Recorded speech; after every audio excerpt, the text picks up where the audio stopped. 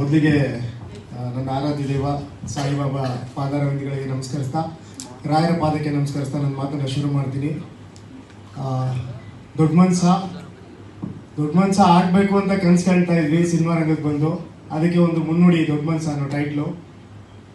ಮೊದಲಿಗೆ basically actor ಆಗಬೇಕು ಅಂತ ನಾನು ಇಂಡಸ್ಟ್ರಿ ಕಾಲಿಟ್ಟಿದ್ದು. ಅದಕ್ಕೆ ಸ್ಫೂರ್ತಿ ಬೇರೆ ಯಾರು ಅಲ್ಲ, ನಮ್ಮ ತಂದೆ. ಯಾಕೆ ಅಂದರೆ ಅವರು ಕೂಡ ಒಬ್ಬರು ಆ್ಯಕ್ಟ್ರು. ಒನ್ಸ್ ಅಪಾನ್ ಎ ಟೈಮಲ್ಲಿ ಅವ್ರಿಗೆ ತಪ್ಪಿದಂಥ ಅವಕಾಶ, ಅದೊಂದು ಏನೋ ಹೇಳ್ತಾರಲ್ಲ, ಬ್ಲಡ್ಡಲ್ಲಿ ಏನೋ ಒಂದು ಕನೆಕ್ಟಿವಿಟಿ ಇರುತ್ತೆ, ಕರ್ಕೊಂಡ್ಬರ್ತಾರೆ ಅಂತ. ಆ ರೀತಿ ನನ್ನನ್ನು ಇಲ್ಲಿವರೆಗೂ ಕರ್ಕೊಂಡ್ಬಂದಿದೆ. ತುಂಬ ಖುಷಿ ಇದೆ.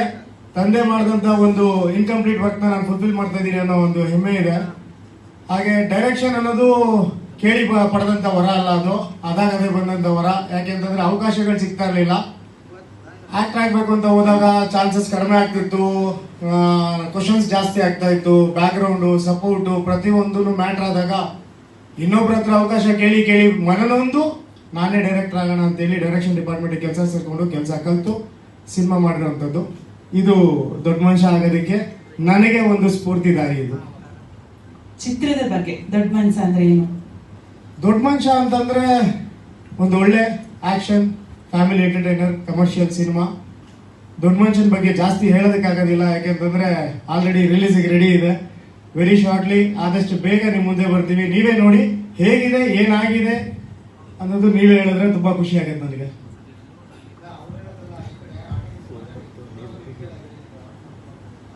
ಅಲ್ಲ, ಪ್ರಶ್ನೆ ಅವ್ರು ಕೇಳಿದ್ರಲ್ಲ ಸರ್, ಅದಕ್ಕೆ ಅವ್ರಿಗೆ ಆನ್ಸರ್ ಮಾಡಿದೆ ಸರ್. ಇದು ಒಬ್ಬ ಆಟೋ ಡ್ರೈವರು, ಕಾಲ್ಪನಿಕವಾಗಿ ಒಬ್ಬ ಆಟೋ ಡ್ರೈವರ್ ಲೈಫ್ ಸ್ಟೋರಿನ ನಾನು ಚಿತ್ರಿಸಿರೋದು ಅಷ್ಟೇ. ಇದನ್ನ ಯಾವುದೇ ರೀತಿಯಾದಂಥದ್ದು ಕಮರ್ಷಿಯಲ್ ಜಾನರು, ಯಾವುದೇ ಒರಿಜಿನಲ್ ಲೈಫ್ ಸ್ಟೋರೀಸ್ ಎಲ್ಲ ಯಾವ್ದಾದ್ರು ತಗೊಂಡ್ಬಂದು ಸಿನಿಮಾ ಮಾಡಿಲ್ಲ. ಕಾಲ್ಪನಿಕವಾಗಿ ನಾನು ಬರ್ದಿರೋಂಥ ಕಥೆನ ಒಬ್ಬ ಆಟೋ ಡ್ರೈವರ್ ಕ್ಯಾರೆಕ್ಟರ್ ಇಟ್ಕೊಂಡು ಪ್ಲೇ ಮಾಡಿದ್ದೀನಿ ಸರ್.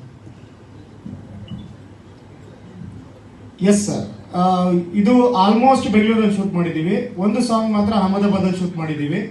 ಇನ್ನು ಟೆಕ್ನಿಷಿಯನ್ಸ್ ಡಿಪಾರ್ಟ್ಮೆಂಟ್ಗೆ ಬಂದಾಗ DOP ಆಗಿ ಆನಂದ್ ಇಳಿಯರಾಜ್ ಅಂತ ಕೆಲಸ ಮಾಡಿದ್ದಾರೆ. ಶ್ರೀಧರ್ ಕಶ್ಯಪ್ ಮತ್ತೆ ಅಲೆಕ್ಸ್ ಅಂತ ಇಬ್ರು ಮ್ಯೂಸಿಕ್ ಡೈರೆಕ್ಟರ್ ಇದ್ದಾರೆ. ಆಮೇಲೆ ಎಡಿಟರ್ ಆಗಿ ವೇದಿಕ್ ವೀರ್ ಅವ್ರು ಕೆಲಸ ಮಾಡಿದ್ದಾರೆ. ಅಂಡ್ ಇನ್ನ ಯಾರ ಡೀಟೇಲ್ ಬೇಕಾಗುತ್ತೆ ಸರ್? ಹೀರೋಯಿನ್ ಆಗಿ ರೇಷ್ಮಾ ಶಿವಲಿಂಗಪ್ಪ ಅಂತ ಹುಲಿ ಕಾರ್ತಿಕ್ ಸರ್ ಇದ್ದಾರೆ. ಹಾಗೆ ಬಾಲರಾಜ್ ವಾಡಿ ಸರ್ ಇದ್ದಾರೆ ಈ ಸಿನಿಮಾದಲ್ಲಿ. ಪ್ರಶಾಂತ್ ಶೆಟ್ಟಿ ಅಂತ ವರ್ಕ್ ಮಾಡಿದ್ದಾರೆ.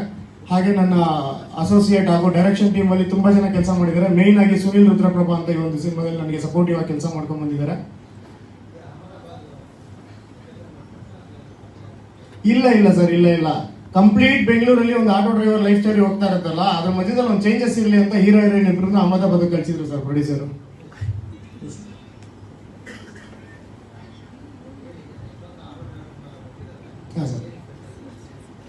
ಸರ್ ಸ್ಪೆಷಲ್ ಏನಿಲ್ಲ ಸರ್, ಒಬ್ಬ ಆಟೋ ಡ್ರೈವರ್ ಆಗಿ ಅವನ ಕೆಲಸ ಅವನು ಏನ್ ಮಾಡ್ತಾ ಇದ್ದಾನೆ, ಅವ್ನ ಲೈಫ್ ಸ್ಟೈಲ್ ಹೇಗಿರುತ್ತೆ ಅಷ್ಟೇ. ಆಟೋ ಡ್ರೈವರ್ ಇಟ್ಕೊಂಡು ಸ್ಪೆಷಲ್ ಆಗಿ ನಾನು ಏನ್ ತೋರ್ಸಕ್ಕಾಗುತ್ತೆ ಸರ್?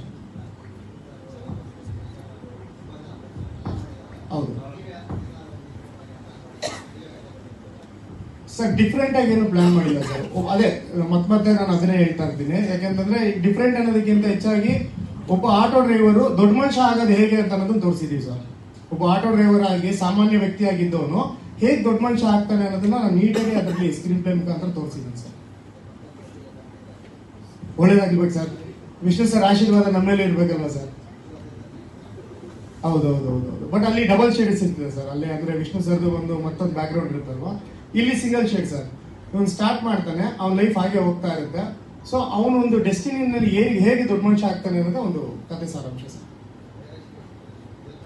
ಹೌದು ಸರ್, ತುಂಬಾ ಚೆನ್ನಾಗಿತ್ತು.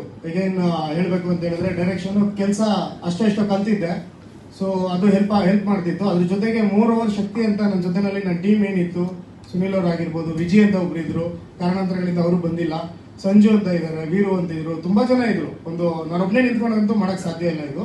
ಯಾಕಂದ್ರೆ ಕಂಪ್ಲೀಟ್ ಡೈರೆಕ್ಷನ್ ಡಿಪಾರ್ಟ್ಮೆಂಟ್ ಟೀಮ್ ಅವರೆಲ್ಲ ಸೇರಿ ನನಗೆ ಸಪೋರ್ಟ್ ಮಾಡಿದ್ರಿಂದ ಈ ಒಂದು ಕೆಲಸ ಅಚ್ಚುಕಟ್ಟಾಗಿ ಬಂದಿದೆ ಸರ್. ಹಾ madam.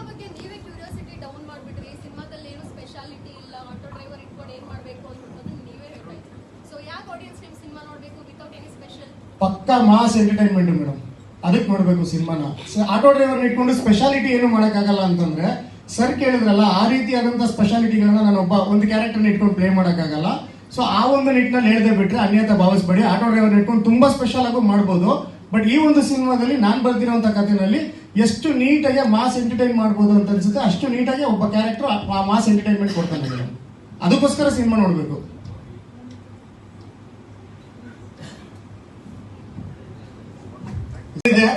And again Darshan sir ಪಕ್ಕ ಅಭಿಮಾನಿಯಾಗಿ ಹೇಳ್ತಾ ಇದ್ದೀನಿ, ಇದನ್ನ ಯಾರು ಅನ್ಯತಾ ಭಾವಿಸ್ಬೇಡ್ರಿ. ಬಕೀಟು ಟಬ್ಬು ಅಂತೆಲ್ಲ ಬರಿಬೇಡಿ.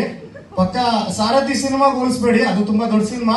ನಮ್ದು ದೊಡ್ಡ ಸಿನಿಮಾ ಆದ್ಮೇಲೆ ಅದಕ್ಕೆ ಬೇಕಾದ್ರೆ ಕಂಪೇರ್ ಮಾಡೋಣ. ಬಟ್ ಎಸ್ಪೆಷಲಿ ನನಗೆ ತುಂಬಾ ಜನ ಕಮೆಂಟ್ ಮಾಡಿದ್ದಾರೆ ಆ ತರ ಸಾರಥಿ ಸಿನಿಮಾ ಆದ ನಂತರ ಈ ಒಂದು ಸಾಂಗಿನ ನೋಡಿದ್ಮೇಲೆ ಆ ತರದೊಂದು ನೆನಪಾಗುತ್ತೆ ಅಂತ ಅಂದ್ಬಿಟ್ಟು. Thank you madam.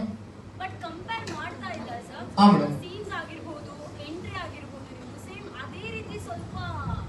ತುಂಬಾ ಖುಷಿ ಆಗುತ್ತೆ ಮೇಡಮ್. ಆ ರೀತಿ ಸಾಂಗ್ಗೆ ನಮ್ಮ ಸಾಂಗ್ ಹೋಲಿಸ್ತಾ ಇದೀರಲ್ಲ, ಥ್ಯಾಂಕ್ ಯು ವೆರಿ ಮಚ್. ಬೇರೆ ಏನೋ ಹೇಳ್ಬೇಕು ಅಂತ ಇದ್ರಿ? ಅದೇ ಸರ್, ಈ ಒಂದು ಸಿನಿಮಾ ಮುಖಾಂತರ ಸ್ಪೆಷಾಲಿಟಿ ಆಟೋ ಡ್ರೈವರ್ ಇಟ್ಕೊಂಡು ಏನ್ ಸ್ಪೆಷಾಲಿಟಿ ಅಂತ ಇದ್ವಿ ಗೊತ್ತಿಲ್ಲ. ಇದು ಎಷ್ಟು ಒಳ್ಳೇದು ಎಷ್ಟು ತಪ್ಪು ಸರಿ ತಪ್ಪು ಅನ್ನೋದನ್ನ ಯಾವ್ದನ್ನು ನಿರ್ಧಾರ ಮಾಡದೆ ನಾವು ಒಂದು ತೀರ್ಮಾನಕ್ಕೆ ಬಂದಿದ್ದೀವಿ.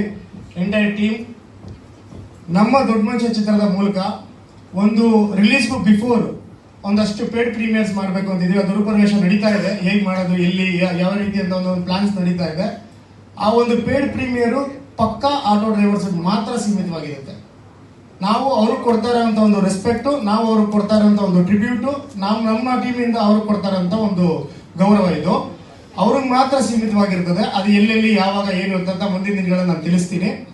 ಅದು ಆ ಒಂದು ಪೇಡ್ ಪ್ರೀಮಿಯರ್ ಶೋನಲ್ಲಿ ಯಾರೆಲ್ಲ ಭಾಗವಹಿಸಿರ್ತಾರೆ ಅವರ ಟಿಕೆಟ್ಗಳನ್ನ ಕಲೆಕ್ಟ್ ಮಾಡಿ ಒಂದು ಲಕ್ಕಿ ಡಿಪ್ ಮುಖಾಂತರ ಲಕ್ಕಿ ಡಿಪ್ ಅಲ್ಲಿ ವಿನ್ ಆದವ್ರಿಗೆ ಒಂದು ಆಟೋ ಕೊಡ್ತಾ ಇದೀವಿ ಸರ್. ಇದು ಯಾವ್ದು ಚೀಪ್ ಗಿಮಿಕ್ ಅಲ್ಲ, ಯಾವುದೇ ಒಂದು ಏನು ಪ್ರಮೋಷನ್ ಸ್ಟ್ರಾಟಜಿ ಅಲ್ಲ.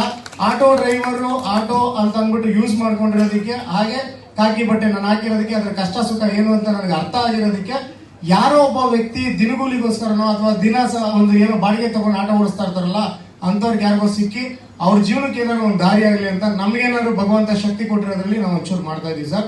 ದಯವಿಟ್ಟು ಇದನ್ನ ಯಾವ್ದನ್ನು ತಪ್ಪಾಗಿ ತಿಳ್ಕೊಂಬೇಡಿ, ಚೀಪ್ ಗಿಮಿಕ್ ಅಂತ ಅನ್ಕೊಂಬೇಡಿ. ಯಾವುದೇ ರೀತಿಯಾದಂತ ಒಂದು ಸ್ಟ್ರಾಟಜಿ ಅಲ್ಲ ಇದು. ಮನಸ್ಫೂರ್ತಿಯಾಗಿ ಒಬ್ರಿಗೆ ಒಳ್ಳೇದಾಗ್ಲಿ ಅಂತ ಮಾಡ್ತಾ ಇರೋದು. ಇದಕ್ಕೆ ಎಂಟೈರ್ ಟೀಮ್ ಸಪೋರ್ಟ್ ಇದೆ ಸರ್. ಈ ಒಂದು ವಿಚಾರನ ಆದಷ್ಟು ಬೇಗ ಹೇಗ್ ಮಾಡ್ತೀವಿ, ಎಲ್ಲೆಲ್ಲಿ ಮಾಡ್ತೀವಿ ಅನ್ನೋದನ್ನ ಕ್ಲಿಯರ್ ಆಗಿ ತಿಳಿಸ್ತೀವಿ ಸರ್. ಹಾ ಸರ್, ಹಾ ಗೊತ್ತು ಸರ್. ಹಾ ಸರ್, ನನಗೆ ಗೊತ್ತಿಲ್ಲ ಸರ್, ಅದು ಅವ್ರು ಕೊಟ್ಟಿದ್ದು ನನಗೆ ಗೊತ್ತಿಲ್ಲ. ನನ್ನ ಟೀಮ್ ಕಡೆಯಿಂದ ನಾನು ಅದು ಹೇಗೆ ಅಂತ ಅಂದ್ಬಿಟ್ಟು ನಾನು ತಿಳಿಸ್ತಾ ಇದ್ದೀನಿ ಸರ್. ಇನ್ನ ಮ್ಯೂಸಿಕ್ ಬಗ್ಗೆ ಹೇಳೋದಾದ್ರೆ ಈ ಸಿನಿಮಾದಲ್ಲಿ 5 ಸಾಂಗ್ಸ್ ಇದೆ. 3 ಸಾಂಗ್ ಬಂದು ಶ್ರೀಧರ್ ಕಶ್ಯಪ್ ಅಂತ ಅಂದ್ಬಿಟ್ಟು ವರ್ಕ್ ಮಾಡಿದ್ರು. ಕಾರಣಾಂತರಗಳಿಂದ 2 ಸಾಂಗ್ ಕಂಪ್ಲೀಟ್ ಮಾಡೋದಕ್ಕಾಗಲಿಲ್ಲ. ಹಾಗಾಗಿ ಅಲೆಕ್ಸರ್ ಅಂತ ಹೇಳ್ಬಿಟ್ಟು ಅದಕ್ಕೆ ಕೈ ಜೋಡಿಸಿದ್ರು. ಅಲೆಕ್ಸರ್ 2 ಸಾಂಗ್ ಮತ್ತೆ BGM ಬ್ಯಾಕ್ ಗ್ರೌಂಡ್ ಸ್ಕೋರ್ ನ ಅಲೆಕ್ಸರ್ ಮಾಡಿದ್ದಾರೆ. ಹಾಗೆ ಫೈಟ್ ಮಾಸ್ಟರ್ ಆಗಿ ಅಲ್ಟಿಮೇಟ್ ಶಿವ ಮಾಸ್ಟ್ರು ಮತ್ತೆ ಜಾಗ್ವಾರ್ ಸಣ್ಣಪ್ಪ ಮಾಸ್ಟರ್ ಕೆಲಸ ಮಾಡಿದ್ದಾರೆ. ಅಲ್ಟಿಮೇಟ್ ಶಿವ ಮಾಸ್ಟರ್ 3 ಫೈಟ್ ಮಾಡಿದ್ದಾರೆ. Jaguar Sannappa master climax fight ಮಾಡ್ಕೊಟ್ಟಿದ್ದಾರೆ. ಅಂಡ್ ರಾಜು ಕಮ್ಮಿ ರಾಜು ಅಂತೇಳಿ ಕೊರಿಯೋಗ್ರಫಿ ಮಾಡ್ಕೊಟ್ಟಿದ್ದಾರೆ. 5 ಸಾಂಗ್ ಅಲ್ಲಿ 2 ಮಾಂಟೇಜ್ ಸಾಂಗ್ ಬರುತ್ತೆ, ಅದನ್ನ ನಾವೇ ಶೂಟ್ ಮಾಡ್ಕೊಂಡಿದೀವಿ. ಸೊ ಇನ್ನ 3 ಕೊರಿಯೋಗ್ರಫಿ ಸಾಂಗ್ ಇದರಲ್ಲಿ ಏನಿತ್ತು ಅದನ್ನ ಕಮ್ಮಿ ರಾಜು ಮಾಸ್ಟರ್ ಮಾಡ್ಕೊಟ್ಟಿದ್ದಾರೆ ಸರ್. ಇಲ್ಲ ಸರ್, ಇಲ್ಲ, ಅವರು ಡೈರೆಕ್ಷನ್ ಮಾಡಬೇಕು ಅಂತೇಳಿ ಪ್ಲಾನ್ ಮಾಡ್ತಾ ಇದ್ರು. ಆ ಒಂದು ಸಂದರ್ಭದಲ್ಲಿ ಅವ್ರಿಗೆ ಅವಕಾಶ ಸಿಕ್ತು, ಹಾಗಾಗಿ ಬಿಟ್ಟಿದ್ದು ಅಷ್ಟೇ. ಬಿಟ್ಟು ಹೋಗಿದ್ರು ಅಂತಂದ್ರೆ ಸಿನಿಮಾ ಬಿಟ್ಟು ಹೋಗಿಲ್ಲ. ಇವತ್ತು ಅವ್ರು ಊರಲ್ಲಿದ್ದಾರೆ, ಕಾರಣಾಂತರಗಳಿಂದ ಬರಕ್ಕಾಗಿಲ್ಲ. ಇಲ್ಲಾಂದ್ರೆ ಅವರು ಇಲ್ಲಿ ಇರ್ತಿದ್ರು. ಯಾವುದೇ ರೀತಿಯಾದಂತಹ ಕ್ಲಾಶ್ ಇಲ್ಲ ಸರ್, ಯಾವುದೇ ರೀತಿಯಾದ ಮನಸ್ತಾಪಗಳಿಲ್ಲ, ಹೊಡೆದಾಟಗಳಿಲ್ಲ. ಎಲ್ಲ ಯಾರು ಹೇಳಿದ್ದು ಅದು ಗೊತ್ತಿಲ್ಲ ಸರ್, ಅವ್ರನ್ನೇ ಕೇಳ್ಬೇಕು. ಕಂಪ್ಲೀಟ್ ಆಯ್ತಾ? ಓಕೆ, ಹಂಗಾರೆ ನಿಮ್ಗೆ ಚೆನ್ನಾಗಿ ಗೊತ್ತಿರುತ್ತೆ. ಒಂದು ಫೋನ್ ಮಾಡಿ ಕೇಳಿ ಸರ್, ದೊಡ್ಡ ಮನುಷ್ಯ ಸಿನಿಮಾ ಯಾಕೆ ಬಂದಿಲ್ಲ ಅಂತ. Done sir. ಏನು ಆ ರೀತಿ ಯಾವುದೇ ರೀತಿ ಮನಸ್ತಾಪಗಳಿಲ್ಲ.